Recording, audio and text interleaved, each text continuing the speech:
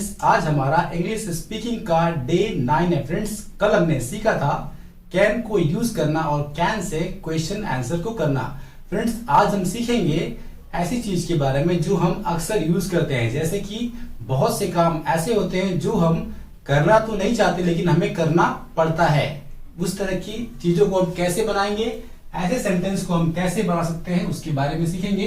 तो फ्रेंड्स, इसके लिए हमें यूज करना होगा हैज टू और हैव टू को। फ्रेंड्स, हैज टू और हैव टू का यूज हम करते हैं उन चीजों के लिए जिन्हें हम करना तो नहीं चाहते लेकिन हमें करना पड़ता है। मतलब मजबूरी वाले कामों को बताने के लिए हम यूज करेंगे हैज टू और हैव टू का।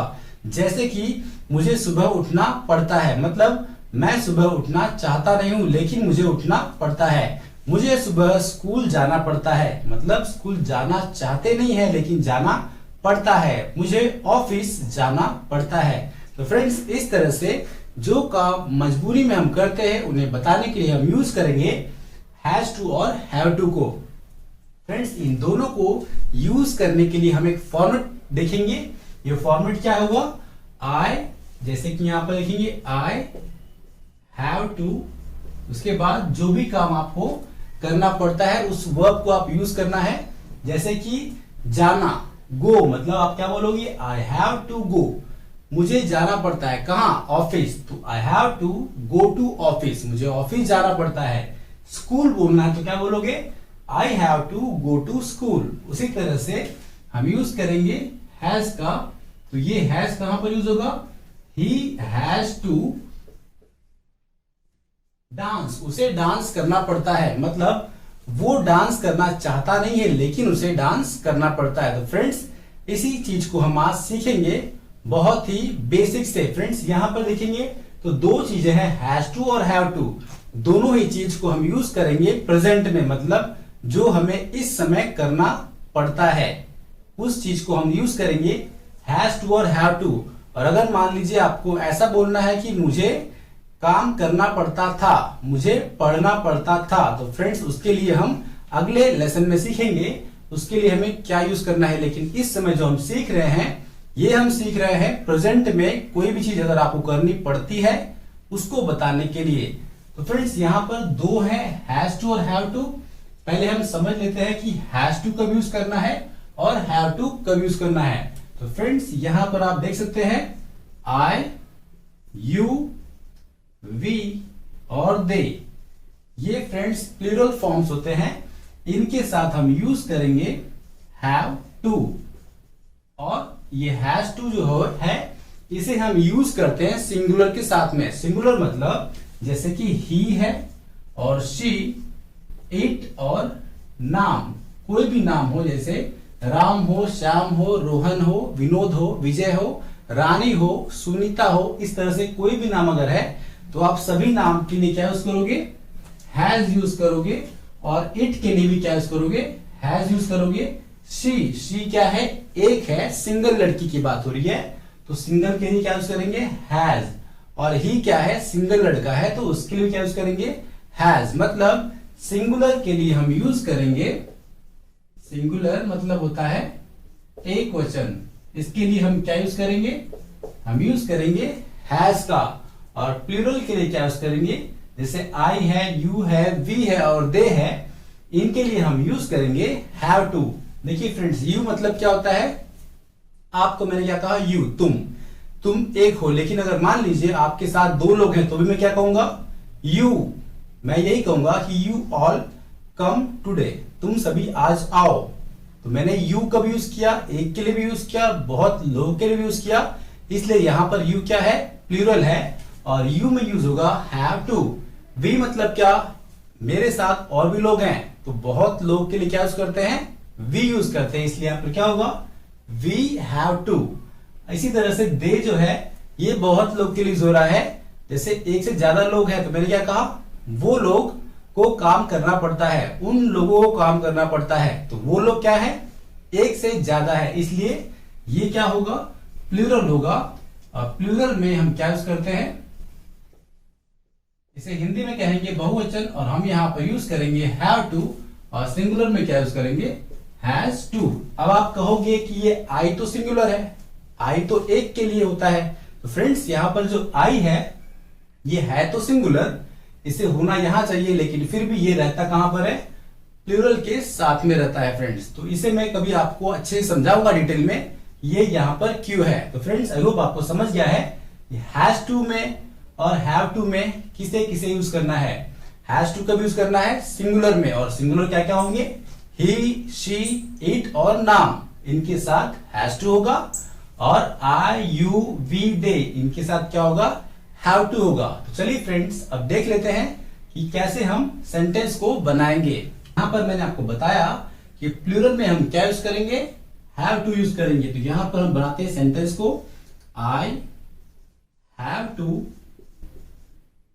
गो टू स्कूल, मुझे स्कूल जाना पड़ता है। इसका मतलब होगा मुझे स्कूल जाना पड़ता है। और आप यहां पर कोई भी सेंटेंस बना सकते हो, कोई भी वर्ब लगाकर, जैसे कि आई हैव टू डांस, मुझे डांस करना पड़ता है। I have to go for job, मुझे काम के लिए जाना पड़ता है।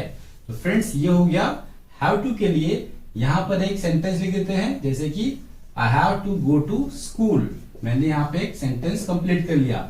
इसी तरह से हम लिखेंगे यू के लिए भी, जैसे कि यू हैव टू, मैंने आपकी बात की, यू हैव टू कुक, तुम्हें खाना बनाना पड़ता है, आपकी बात की मैंने।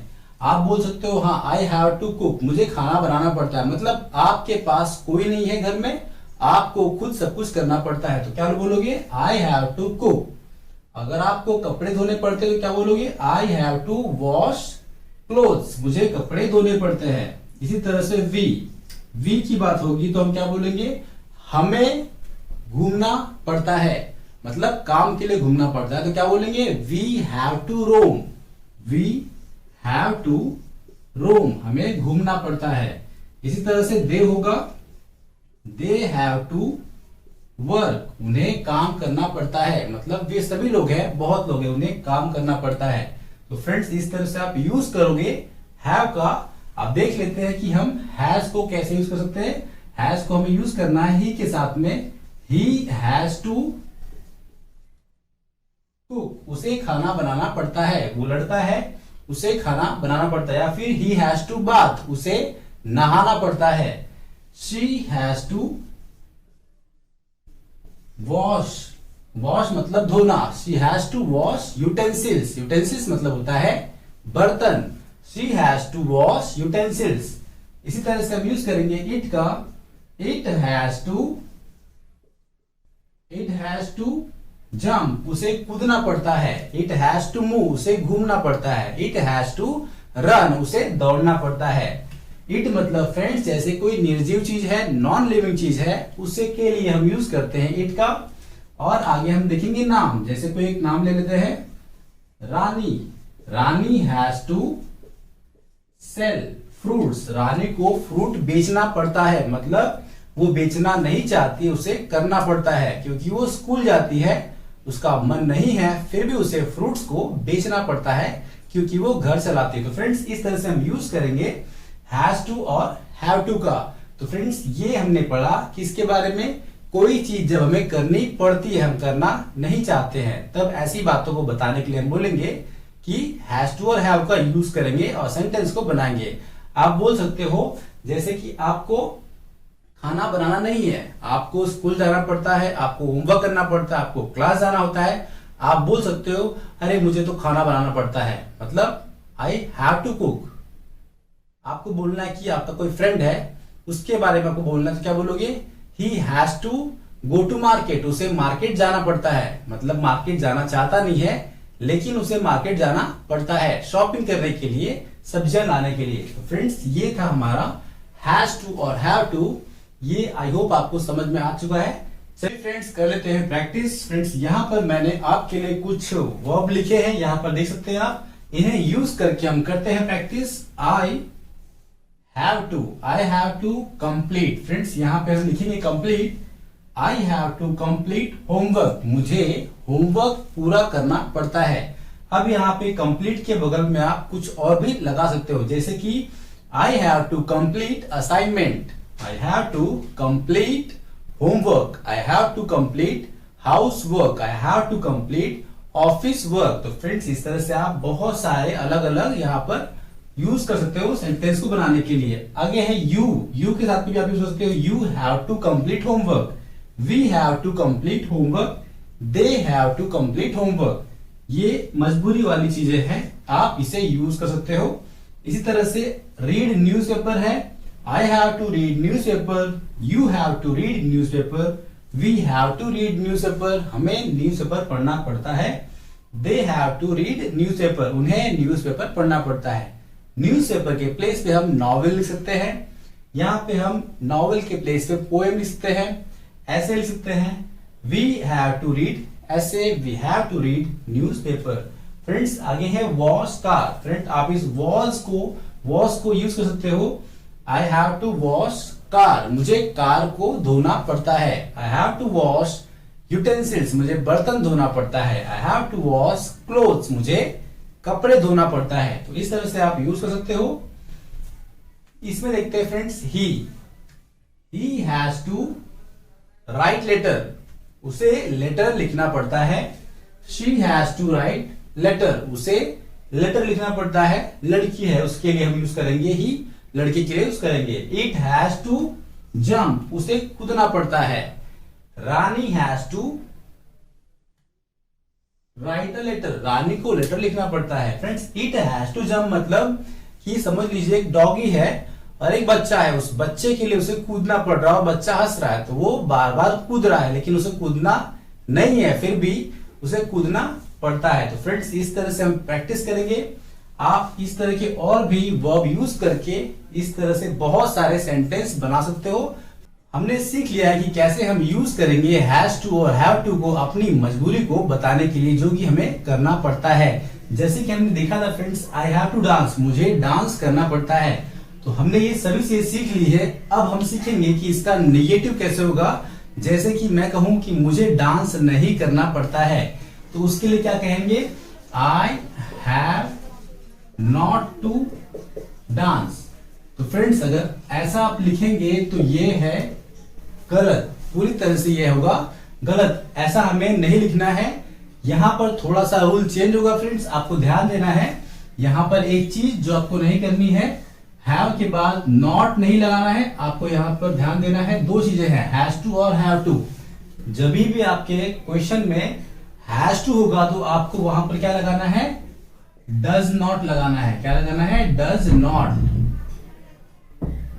और अगर हैव टू है तो आपको क्या लगाना है, डू नॉट। आपको ये ध्यान देना है, हैव टू होगा तो डू नॉट, हैज टू होगा तो डज नॉट। मतलब यहां पर देख सकते हैं आप, आई यू वी दे इन सब के साथ क्या है, हैव है। इसका मतलब यहां पर क्या होगा, डू नॉट होगा जब हम इसका नेगेटिव करेंगे। और यहां देखिए आप, ही शी इट और सुनील, यहां पर क्या है, हैज है। इसका मतलब यहां पर क्या लगाना होगा हमें, डज नॉट, जब हम इसका नेगेटिव करेंगे। तो चलिए हम नेगेटिव करते हैं इसका। आई हैव टू डांस, मुझे डांस करना पड़ता है। नेगेटिव क्या होगा, I do not have to dance, I do not have to dance, मुझे डांस नहीं करना पड़ता है। आई होप फ्रेंड्स आपको समझ में आ रहा है, सिंपल है, आपको देखना है।